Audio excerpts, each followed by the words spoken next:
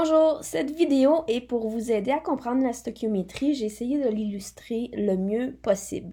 Alors, un petit rappel sur qu'est-ce que c'est une réaction chimique. Dans le fond, j'ai des réactifs à gauche, ici j'ai du calcium et du dioxygène, qui vont se réorganiser. Donc, leurs atomes vont se réorganiser pour former une nouvelle molécule qui est de l'oxyde de calcium. Alors, il faut l'illustrer en premier avec le modèle de Dalton pour vous aider un petit peu. Le calcium, j'ai mis une boule noire pour l'atome de calcium. L'atome d'oxygène, j'ai mis une boule rouge. Vu que c'est du dioxygène, ils sont 2 par 2. Et le CaO, c'est donc une noire avec une rouge. Comme on voit, c'est pas balancé, donc il faut balancer. On voit que j'ai 2 rouges à droite, ça m'en prend 2. J'ai 2 rouges à gauche, ça m'en prend donc 2 à droite. Alors, je vais ajouter un oxygène et l'oxygène est relié avec un calcium. Donc, étant donné que je suis rendue avec 2 noirs à droite, 2 calcium, ça me prend 2 calcium à gauche qui sont séparément. Donc, quand je mets les coefficients, je vais avoir 2 atomes de calcium, 1 de dioxygène, je ne rajoute pas de coefficient, et 2 d'oxyde de calcium. Une fois que j'ai fait ça, je peux regarder un problème de stoichiométrie.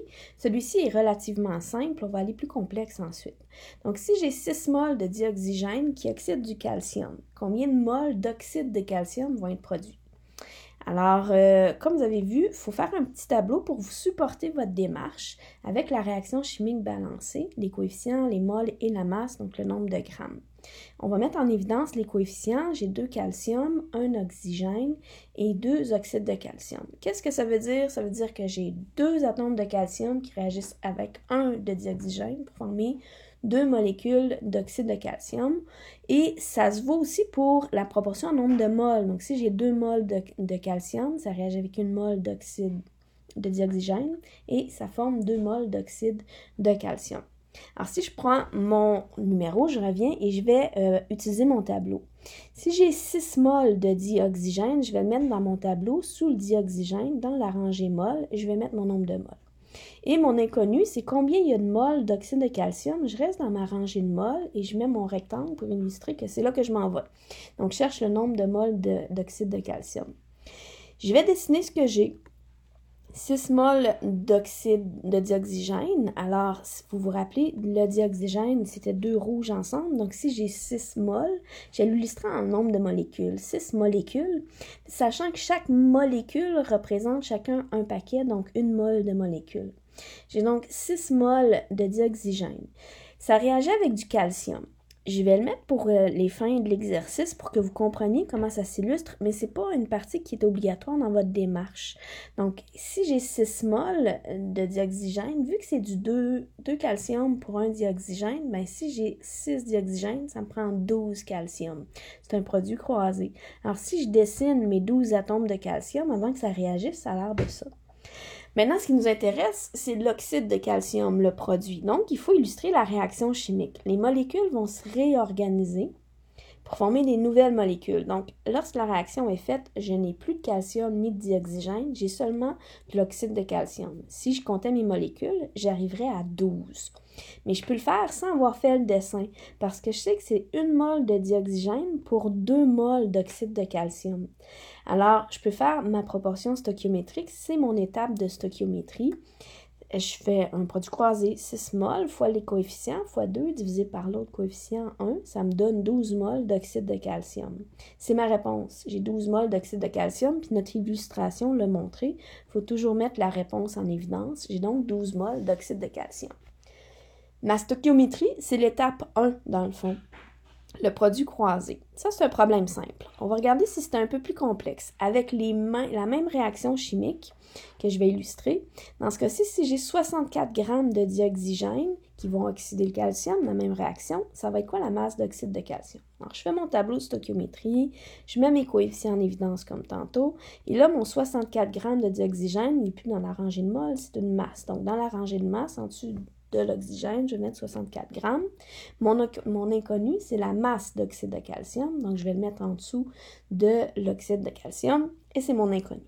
Si je veux illustrer, comme j'ai fait tout à l'heure, mon oxygène, mon dioxygène, 64 grammes, si je veux dessiner à combien de molécules ça correspond, je ne peux pas faire un dessin direct parce que c'est la masse, c'est combien ça pèse. Par contre, je suis capable de savoir avec la masse, j'ai combien de molécules. Alors, je dois absolument passer par la masse molaire. Donc, je dois transformer mon nombre de grammes que j'ai en mol en utilisant la masse molaire du dioxygène. Ça va être ma première étape de stoichiométrie. Ce que je vais faire, donc, je vais prendre la masse molaire du dioxygène. Je sais que c'est 32 grammes par mol. C'est dans mon tableau périodique, c'est 16 grammes pour chaque oxygène, puis j'en ai 2 par molécule. Alors, si c'est 32 grammes pour une mol, 64 grammes, c'est combien de mols? C'est une proportion, un produit croisé. 64 grammes, c'est équivalent à 2 mols. Donc, je peux mettre 2 mols dans mon tableau. Je peux maintenant illustrer mes 2 mols de dioxygène.